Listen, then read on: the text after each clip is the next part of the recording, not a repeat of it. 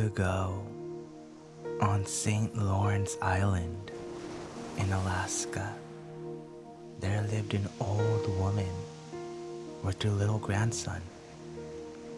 They were very poor, so poor that the old woman had a hard time to feed and care for the boy. It was always cold and stormy, and sometimes they had almost nothing to eat for days at a time because the wind blew so hard that the little boy could not stay out to catch fish. One time, when it had been stormy for many days and the old grandmother was nearly dying of hunger, the little boy said to her, "Grandma, do you know what makes storms like this?" "No," she said. "I only know that it is always cold and windy. Only some days are worse than others. In some places, they have sunshine, but never here. We will die of hunger and cold, but the wind will go on blowing just the same, and the snow will fall." The poor grandmother bowed her head, and the tears fell on her cheeks. The boy said, "How is it, Grandma, that you've lived so long and don't know what makes storms? I shall find out for myself." The grandmother had to laugh, weak and sad as she was. "Why, how can you find out such things? You are only a little boy." He stood up beside her and tried to look very big and strong. "Grandma," said he, "I will teach you about the storms myself. Even if I am only a little boy, I will find out how to stop these storms."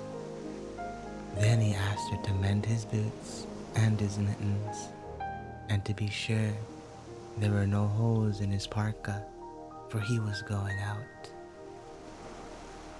The old woman said no at first and begged him not to go, but seeing how determined he was, she let him have his way and got his things ready as he had asked her to do.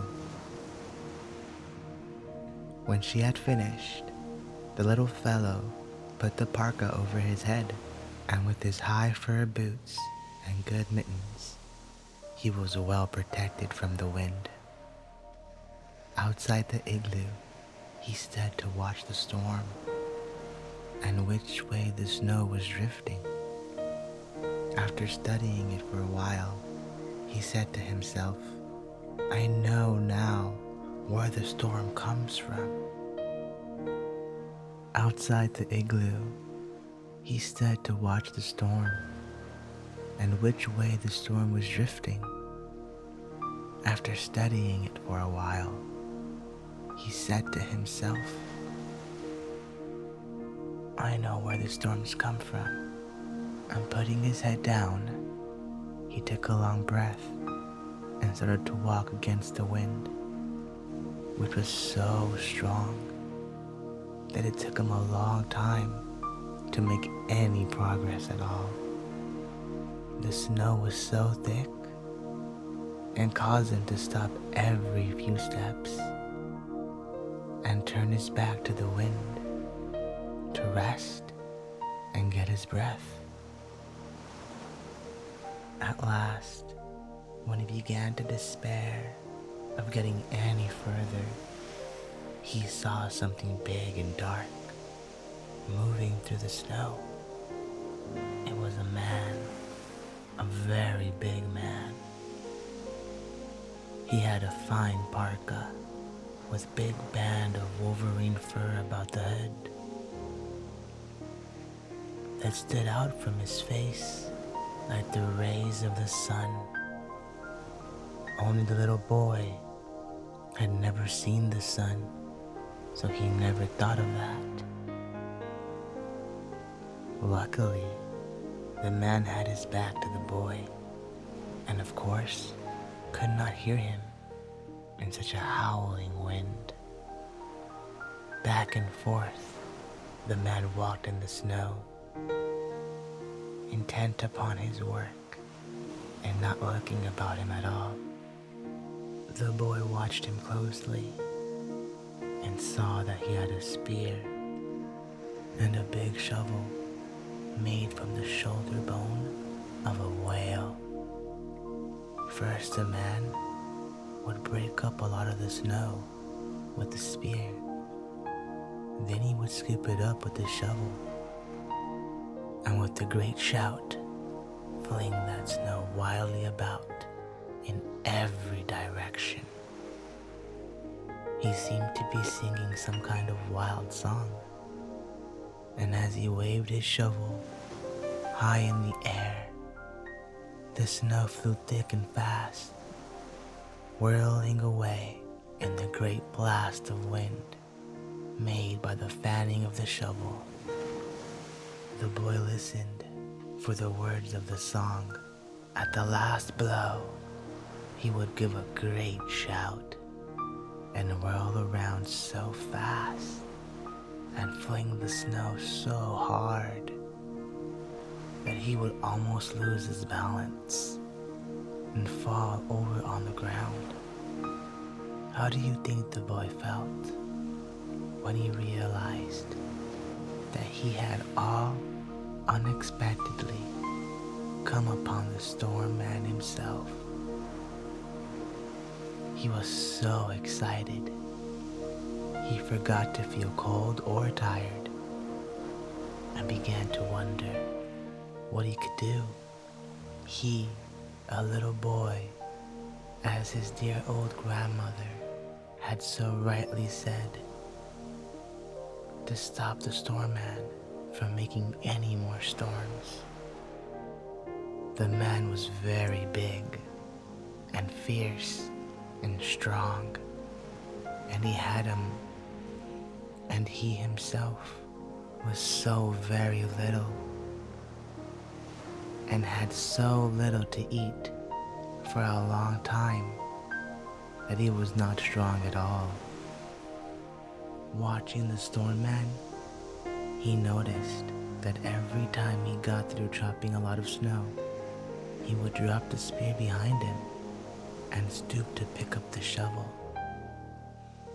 So waiting until the man was entirely absorbed in his shovel and his song, the little boy grabbed the big spear and scampered off across the snow for dear life.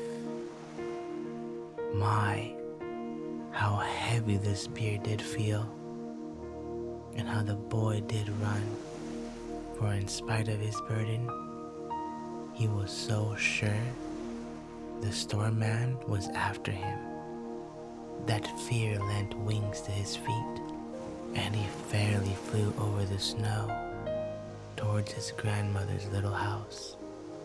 Safely, he reached the door and fell breathless on the floor behind his grandmother with his spear in hand. Almost at his heels, he heard the storm man shouting behind him, "Give me my spear! Give me my spear!" The old woman roused herself, opened her eyes, and saw the boy.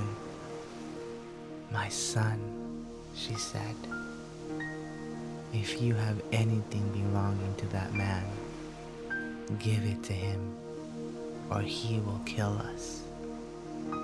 "Grandmother, dear grandmother, don't make me give back the spear, for that is the storm man, and if I give it back now, he will make a terrible big storm, and we shall die anyhow. If I keep it, he cannot make the storms." Then the man shouted louder than ever, "If you do not give me back my spear, the sky will fall on you. You will be killed, and everyone on St. Lawrence Island will die too. But if you give it back right away, it will be summer when you wake up tomorrow morning. The sun will be shining, and the salmon berries will be ripening all about the house. Then go down to the river and set your nets, and they will quickly be full of fine salmon. Hurry, hurry, give me my spear. The grandmother again said, "Boy, give that man his spear." The little boy was very angry because he did not believe the storm man and thought that they would be killed anyway. But he did not dare disobey the grandmother. So he took the spear to the fireplace and struck the point against the stone lamp to make it dull. When he had finished, he threw it out the window hole and called, "There is your spear. I know you are the storm man." The storm man only laughed and said, "Canoe has sharpened my spear." Now Canoe was the boy's name. After that, the grandmother and the boy heard the howling song of the storm man grow fainter and fainter in the distance until they both fell asleep to its soothing sound. Early in the morning, the boy awoke. Early in the morning, the boy was awakened by a strange, dazzling light in his eyes. It was the sun. True to his word, the storm man had let the summer come. Outside, it was warm. Sunshine was everywhere, making everything look bright and beautiful. The ground above the house was thick with ripening salmon berries, and the sky was blue with little white puffy clouds floating over it. Canoe took his nets down to the river and saw the salmon swimming lazily about. His heart was full of joy, for he knew the storm man had kept his promise that this was summer and they need not to be hungry and cold anymore. And so, dear dream weavers, that is the end of our story. And if you've made it this far, please leave a like, comment, and subscribe. And until next time, I'll see you starside.